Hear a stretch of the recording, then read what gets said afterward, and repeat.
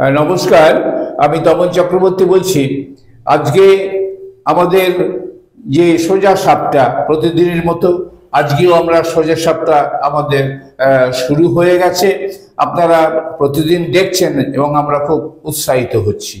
আজকে যাকে আমরা এই আমাদের স্টুডিওতে এনেছি, এটা একটু একটু আপনাদের কাছে অন্যরকম লাগবে, কিন্তু তাহলেও আমার মনে হয় এটা আনন্দ দেবে এই কারণেই যে এটা একটা নতুন ধরনের জিনিস। আপনারাই আমাদের এখানে এসছেন পেশায় শিক্ষক, আদিবাসী সাহিত্য এবং নেশায় সমাজসেবা বিশিষ্ট শিক্ষক দিলীপ কিস্কু। দিলীপ বাবু নমস্কার। আপনি এসছেন এখানে আপনাদের কথা বলার জন্য, এই জন্য ধন্যবাদ। তো অনেকে বলে সমাজের সবচেয়ে প্রাচীন জাতি হলো আদিবাসী, এবং কিন্তু বর্তমানের সময়ে তারাই নাকি পিছিয়ে রয়েছে। তো সত্যি কি তাই? যদি আপনারা এগিয়ে থাকেন তাহলে কিভাবে, কোন দিক দিয়ে আপনারা এগিয়ে আছেন, এটা আপনার মুখ থেকে শোনাটাই আমাদের ভালো আমি মনে করি, এবং আপনি সবচেয়ে বেশি জানেন আমাদের চেয়ে। জোহার সানামকো, নমস্কার। আমি প্রথমেই বর্তমানের কথাকে আমি অনেক অনেক ধন্যবাদ জানাবো আজকে স্টুডিওতে আলোচনায় অংশ দেওয়ার জন্য। এটা সত্যি কথাই, আমরা জানি আদিবাসীরা হচ্ছে ভারতবর্ষের সবচেয়ে প্রাচীন জাতি। কিন্তু আজকের তুলনায় যে প্রশ্নে আপনি আসছেন বা জানতে চাইছেন, আমরা যদি তুলনা করে দেখি তাহলে যতটা উন্নতি হওয়ার কথা ততটা হয়নি। আচ্ছা, আমি মনে করি সানাম কোগে ইন সেই কয় জাহাই ᱞᱟᱹᱭ ᱞᱟᱹᱜᱤᱫ ᱫᱚ ᱠᱟᱱᱟ ᱚᱱᱟ ᱫᱚ ᱦᱩᱭᱩᱜ ᱠᱟᱱᱟ ᱛᱤᱦᱤᱧ ᱟᱹᱫ ᱨᱮᱱ ᱡᱟᱹᱛ ᱠᱟᱱᱟ ᱵᱚᱱ ᱟᱵᱚ ᱟᱹᱫᱤᱵᱟᱹᱥᱤ ᱠᱚ, ᱢᱮᱱᱠᱷᱟᱱ ᱛᱤᱱᱟᱹᱜ ᱜᱟᱱ উন্নতি ᱦᱩᱭᱩᱜ ᱨᱮᱭᱟᱜ ᱠᱟᱛᱷᱟ, আবহাওয়া ডেভেলপ হয়ে যাওয়ার কথা, কিন্তু ওনার গান তো বেশি সংখ্যক আছে বা একটু তুলনামূলক হলেও এগিয়ে রয়েছে। কিন্তু আমরা সার্বিকভাবে যদি দেখি তাহলে কখনোই আমরা যতটা উন্নত হওয়া উচিত আদিম যুগের জাতি, সেই হিসাবে কিন্তু উন্নতি সাধন হয়নি। এখানে সরকারের কথা যদি বলি, সরকারি বিভিন্নভাবে প্রচুর প্রকল্প, বিভিন্ন সহযোগিতার কথা বলে থাকেন কিছু কিছু ক্ষেত্রে হলেও, কিন্তু বাস্তবে তার রূপায়ণ অনেক ঘাটতি রয়েছে, প্রচুর ঘাটতি রয়েছে। আমরা দেখি শিক্ষা দীক্ষায় বলুন, আপনার আর্থিক দিক দিয়ে বলুন, আমাদের ব্যবসা বাণিজ্যের ক্ষেত্রে বলুন, যথেষ্ট কিন্তু আদিবাসীরা পিছিয়ে রয়েছে। পড়াশোনার দিক দিয়ে তো প্রচুর। আচ্ছা আচ্ছা আচ্ছা, শিক্ষার দিক থেকে তাহলে এখনো অনেক পিছিয়ে আছে, অনেক পিছিয়ে। আচ্ছা, মানে কি রকম ধরনের পিছিয়ে আছে এবং কি রকম ধরনের হলে আদিবাসীরা আর একটু এগিয়ে আসতে পারে, সেটা আপনার মানে ইচ্ছাটা কি? মানে আপনাদের আদিবাসীদের যেটা সবারই চায় যে আমাদের ছেলেরা উন্নত হোক, আমাদের ছেলেরা একটু বড় পড়াশোনা করুক, বড় লাইনে পড়াশোনা করতে যাক, উচ্চ শিক্ষা লাভ করুক। তো সেটা আপনার ছেলে মেয়েদের যেরকম প্রত্যেকেরই তাই। তো সেই রকম ধরনের কতটা কি হয়েছে? হ্যাঁ, এটা সত্যি কথা বলতে আমাদের আদিবাসী তথা সাঁওতালদের যে পড়াশোনার ক্ষেত্রে যে পিছিয়ে থাকার একটা বড় কারণ, সেটা হচ্ছে শিক্ষা দীক্ষায় পিছিয়ে থাকা। আর শিক্ষা দীক্ষায় এই কারণে পিছিয়ে রয়েছে, আমরা শিক্ষার প্রতি, পড়াশোনার প্রতি আমাদের ছেলেমেয়েদের একটা অনীহা লক্ষ্য করা যায়। অনীহার কারণ খুঁজতে গিয়ে আমি সেটা দেখেছি, এটা আমার সম্পূর্ণ ব্যক্তিগত মতবাদ, যে কারণগুলো উঠে আসে সেটা হচ্ছে আমাদের আর্থিক একটা অনটন তো রয়েছে। দ্বিতীয়ত যেটা সবচেয়ে, আদিবাসীরা ভীষণ সহজ সরল সাদাসিধে মানুষ, সেই সঙ্গে বলা যেতে পারে প্রচন্ড পরিশ্রমী, শান্তিপ্রিয়। তো এই সহজ সরলতা, শান্তিপ্রিয় বা পরিশ্রমী, এই কারণগুলো একটা হতে পারে। কিভাবে আমি বলি বিষয়টা, সহজ সরল মানে এরা জটিলতায় যেতে চায়, কোনো আইনি সমস্যা, কোনো জমি জমার সমস্যা, জটিলতার দিকে যেতে চায় না। একইভাবে পড়াশোনার ক্ষেত্রে তাদের যে সমস্যাটা হয় সেটা হচ্ছে ভাষাগত সমস্যা।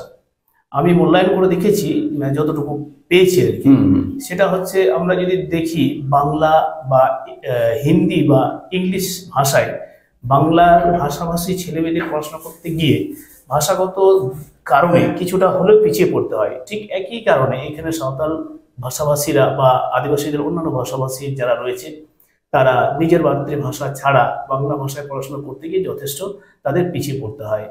বেশিরভাগই দেখা যায় ক্লাস 8, 9, 10 পড়াশোনা করার পরে ছেলেমেয়েরা পড়াশোনা ছেড়ে দিচ্ছে, ড্রপ আউট হয়ে যাচ্ছে।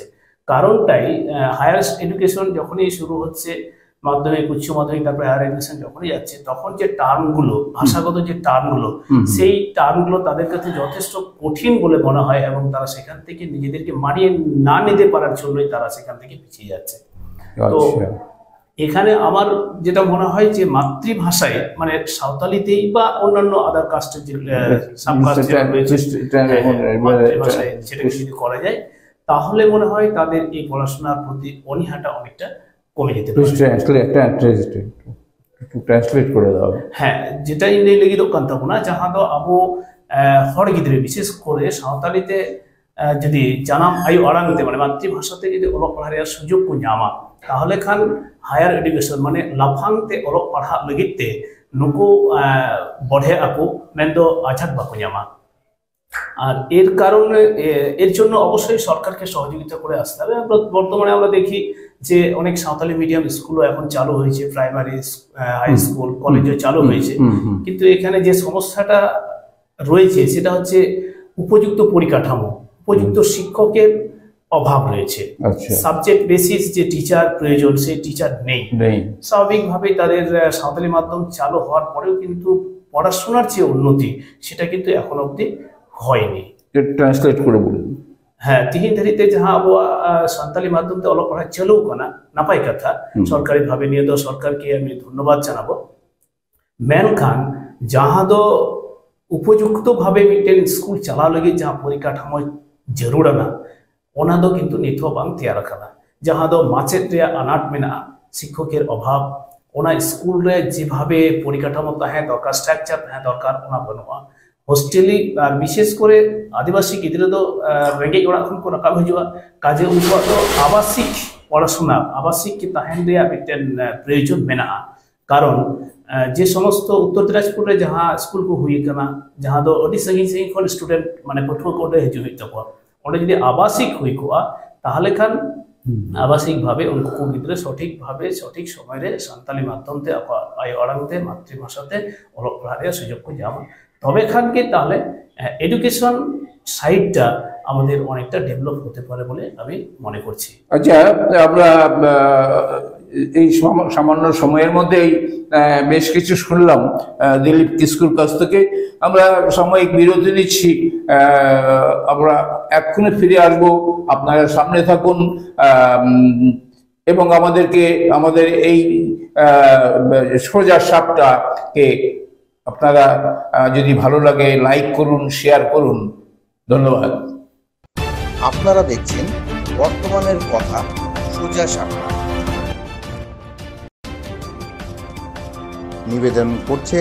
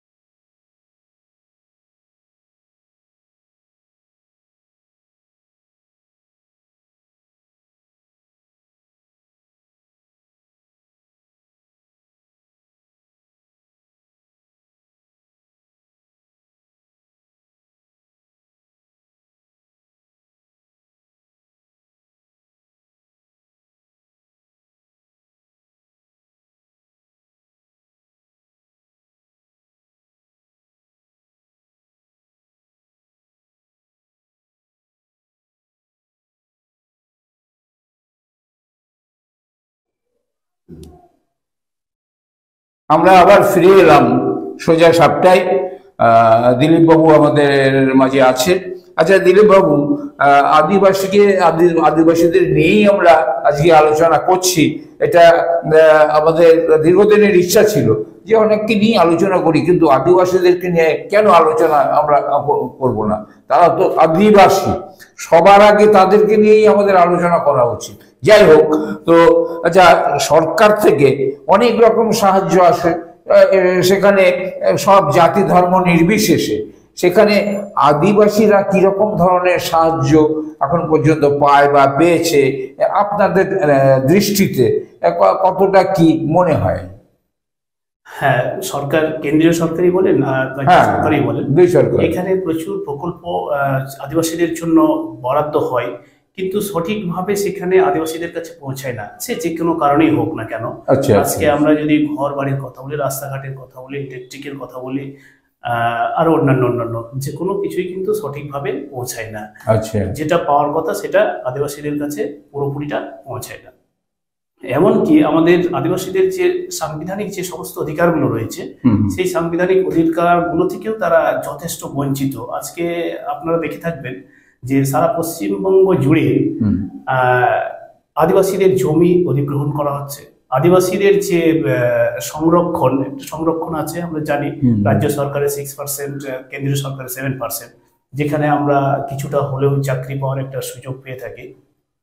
তো সেই জায়গাগুলোতেও কিন্তু এখন নানাভাবে, দারুণভাবে সেখানে কিন্তু আদিবাসীরাই তাদের যে সাংবিধানিক অধিকার সেখান থেকেও বঞ্চিত হচ্ছে। যেটা নিয়ে আদিবাসী সংগঠন আন্দোলন করছে যে যারা আদিবাসী নয় তারা আদিবাসীর জালভাবে সার্টিফিকেট বের করে তারা ওই রিজার্ভেশনে চাকরি নিয়ে নিচ্ছে। আর এখানে যে সাংবিধানিক যে অধিকারটা আছে, যেখান থেকে আদিবাসীদের উন্নতি সাধন হতে পারে, আজকাল দিনে দু একজন হয়তো প্রতিটা গ্রামে দু একজন করে চাকরিরত দেখা যেতে পারে, এই সংখ্যাটা আরো বাড়তে পারে, এটা ডেভেলপ হতো, কিন্তু সেটা হচ্ছে না। তো এই যে ফেক ভাবে যে আদিবাসী সার্টিফিকেট পাচ্ছে, এটাতে আমার তো মনে হয় অবশ্যই সরকারি দপ্তর, সরকার না হলেও সরকারি দপ্তরই যারা রয়েছেন তারা তো এর সঙ্গে অবশ্যই যুক্ত থাকবেন। না হলে একটা এসটি সার্টিফিকেট যেটা এসডিও সাহেব ইস্যু করেন, সেটা তো কোনোভাবেই হওয়ার কথা নয়, কিন্তু এরকম প্রচুর রয়েছে। পাশাপাশি জমির কথা যদি বলি, জমিও এরকম হস্তান্তর হয়ে যাচ্ছে। আমরা তো জানি আদিবাসীরা সহজ সরল মানুষ, কাজে তাদের যে কাগজপত্র, নথিপত্র সমস্ত কিছু ঠিকঠাক হয়তো নেই, কিন্তু দীর্ঘদিন ধরে দখলে আছে। কিন্তু ইদানিং দেখা যাচ্ছে প্রচুর চালাক চতুর কিছু লোক যারা রয়েছে তারা সেগুলোকে হস্তক্ষেপ করে নিচ্ছে, রেকর্ড করে নিচ্ছে। এভাবে আদিবাসীরা জমি থেকে বঞ্চিত হয়ে যাচ্ছে। তাহলে আদিবাসীদের উন্নতি তো দূরে থাক, তাদের যে শেষ সম্বল অল্প 6% বা 7% যে চাকরি, এবং পাশাপাশি অল্প 2-1 বিঘা 4 বিঘা যে জমি আছে, সেখান থেকেও কিন্তু বঞ্চিত হচ্ছে।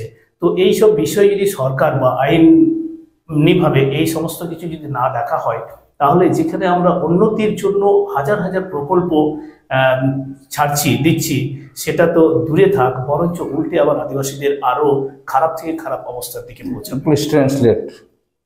आउन बड़ाया जहाँ दो तिहिन आदिवासी को लगिते सरकारी भावे केंद्रीय सरकार एवं राज्य सरकार बनारगी अडिगान प्रकल्प से प्रोजेक्ट तहन कना उन्नति लगिते मेनखान तिहिन जुदे उन नेला अब आदिवासी को जहाँ दो संरक्षण राज्य सरकार 6% मेना केंद्रीय सरकार 7% नोडे हो एटा जाति को हेकते चालाक चतुर कते एसडीओ साव जे भावे होक ना डुप्लीकेट कते ओना को सर्टिफिकेट को उडुकदा ओना को चाकरी करे को बलो कना तिबु नेले को ओना लगिते अब सामाजिक संगठन अडिगान आंदोलन चलाकाना से निर्धारित बेस किछु आदिवासी जहाँ तो आदिवासी बांकाना को सर्टिफिकेट नि को चाकरी कना उनको चाकरी निये ये हुई कना सब हुई कना की ओना साथे नते जमी जहाँ को जमी को मेना ठीक ठाक कागज पत्र बांग थाय काखरानते इटा जाति को ओना जमी को दखले कना ताहले खान आदिवासी जहाँ शेष सम्बल जहाँ तो हुई चाकरी और नते हुई